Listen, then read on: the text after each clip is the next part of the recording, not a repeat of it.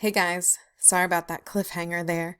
I had a small child wake up from her nap, but I'm back now. Um, and I know you were just at the edge of your seats waiting to hear about the academic audience. You did, however, get a nice view of this slide. The academic audience is in between our intimate and impersonal audiences. It's not too formal, not too informal. It's just right.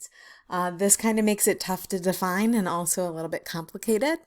And so, a really nice definition of the academic audience is that it is comprised of smart students, instructors, and researchers who are interested in learning more about a particular topic but may not yet be experts.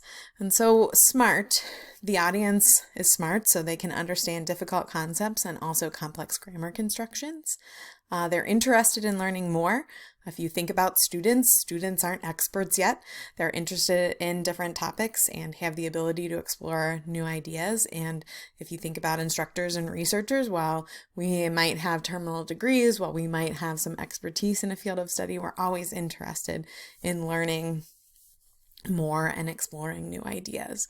And again, while people in this audience are smart and interested in learning, they may not yet be experts. So you may have to explain processes that seem simple to you or any jargon that is specific to your field or topic of study. And so keeping that in mind as you are talking to these smart people is really important, that you don't want to sort of talk over their heads about a topic that they might not know about, but you also kind of have to be within the context of their understanding. So if we think about who the people in the academic audience are, who we are talking to in this academic audience, they're people who wear business casual. If you think about your instructors, your professors, a lot of us wear jeans. I like to wear jeans because I got too much marker on my dress pants in the past, and the dry erase marker is much easier to get out of jeans than it is to get out of dress pants. We're also worried about clothing that's easy to learn in. So sometimes it might be clothing that you can learn how to weld in, or that is safe for you to weld in. And then there might also be uniforms for a specific field of study. And so we have uniforms that sort of identify people in specific fields for us. So you might think about nurses. You might have seen nursing students walking around campus in their uniforms. You might have also seen culinary students walking around campus in their uniforms. And also our firefighting and EMT students wear uniforms. And so we kind of think about all of the people who are dealing with ideas and what they wear to deal with those ideas. And so what do we write for these people? What types of writing do these people do? Well, they're writing essays, reports, studies, articles. Again, anything that will kind of disseminate information and share ideas with everyone. Formatting guidelines are usually specific to the field of study. Also might be specific to the rhetorical style or the class that the essay, report, study, what have you is being written for. The language used is usually pretty easy to understand, but might sometimes use large words because the words mean what we need them to mean in the context of that idea dissemination. If you've ever used a synonym program before on your word processor, you'll notice that maybe you thought of a word originally, but that another word that you're looking at in that sort of synonym list actually means what you need it to mean. And so sometimes you might run into kind of these complicated, complex words, but because we're trying, again, to the best of our ability to convey ideas. Similarly, punctuation is correct. It's very deliberate because, again, that helps to convey certain ideas to readers. Sentence structure, because that audience is smart, they can understand compound and complex sentences that are appropriately punctuated. And the point of view is usually third person, sometimes first, maybe a little bit of second person. And if you think about the point of view from the perspective of this audience, third person is really helpful. So think about the audience you've identified for Essay 3. Is it students? Is it writers in general?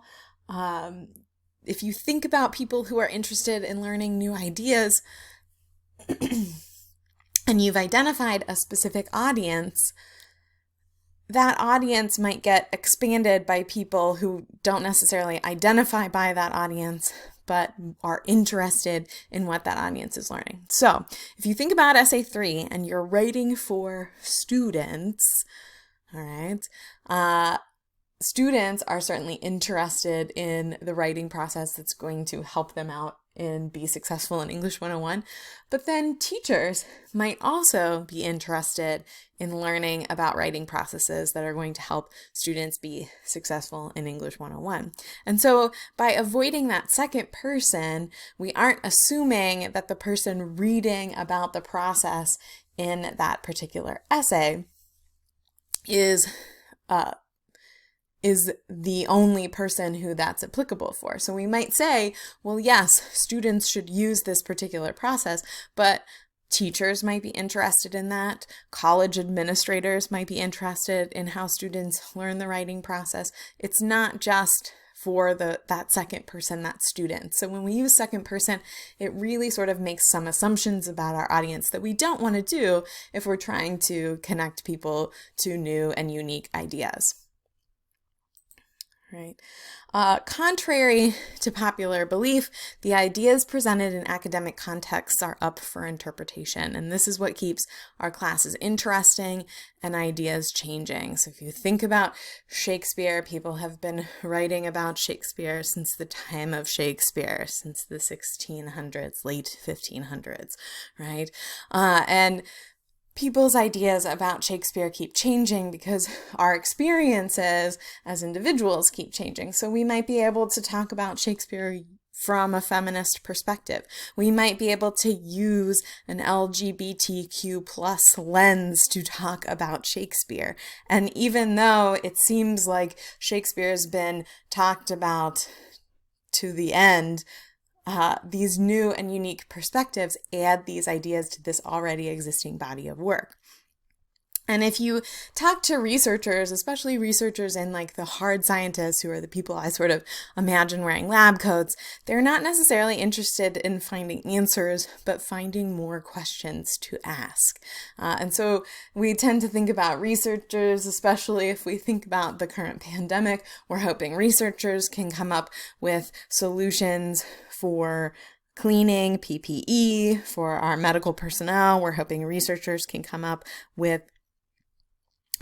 some better guidelines so that we can be out and about out of our homes. We're hoping that researchers can come up with ideas for vaccines or an actual product of a vaccine, and not just ideas of a vaccine, but as they are doing this research, they're finding more questions that we need to kind of ask about this particular virus. And so they're always interested in adding to that experience. And some of that kind of makes the academic audience just as fluid and work through that range of audiences that we talked about earlier. It's not just kind of in the middle. And you might be thinking about assignments that you've had for some of your other courses, or that maybe are some upcoming things that are approaching you in your academic career. And so while we like to kind of put the academic audience in the middle, because we want to keep in mind that we sort of have these formal structures in place, but that the ideas are a little more open to interpretation, you might be able to think about assignments that sort of fit more towards that intimate end. For example, a journal for FYE, that narrative that you wrote for English class. Well, it was giving your readers a really great idea about your reading and writing experiences. It was this first person, very kind of informal type of style. You might also be thinking about a research paper for history, or a research paper that's coming up in English class, and how there are certain expectations about giving credit to sources in that research paper. And then later in your academic career, you may have to publish an article for an academic journal, and that academic journal is going to have really specific expectations for how your article needs to be formatted, how the punctuation even needs to look in that particular article. And so the academic audience, part of its difficulty in defining it is that it is almost sort of as fluid and works on that range of audiences that we addressed in that last video.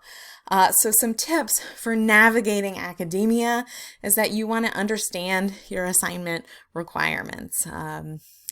Assignments are given by your instructors. Think about the formatting, think about the level of formality. You might be able to kind of tell this in your assignment instructions by the rhetorical style that your instructor says. Oh yeah, you're writing a journal for FYE. That's going to be a lot less formal than a research paper for history class. You also want to understand your instructor's expectations. Those might be listed in the assignment, but they also might be part of the syllabus, the policies that are given at the beginning of the semester. Are the expectations that everything for this class is formatted in MLA? Are the expectations that everything in this class is formatted in APA? So make sure you know what that instructor is looking for. Utilize style manuals and handbooks for your field. We have in our Pocket Style Manual, as small as it is, we have the style guides for MLA and APA, and you can get on the internet and find different style manuals for different fields of study, and you'll learn what your field of study requires for formatting and research documentation. And it's always better to err on the side of formality. Your FYE instructor is probably not going to take points off of an assignment that you typed up if you didn't actually have to type it up. Your English teacher is not going to take points off if you have a works cited page for a response paper assignment because you used outside sources. And understand too that we are all navigating different audiences all the time, and the academic audience is just another audience that we have to practice navigating. And so we're kind of starting to get in a little more formal with the Essay 3 and Essay 4, and so it's nice to kind of understand why we are giving credit to sources, why there are rules for giving credit to sources. Again, there's the reason English is a little tricky is that there's a bunch of different correct ways to write one idea in a sentence, but now we're getting into this stuff where some people like it. There is just one correct way to create a citation. There are best practices for giving credit to sources in the text of your paper. And so that's why it's really important to do those things, because we need to have the background that you have. We have to be able to find that source material and reference that source material that you used to build upon your ideas to keep adding to the sum of human knowledge.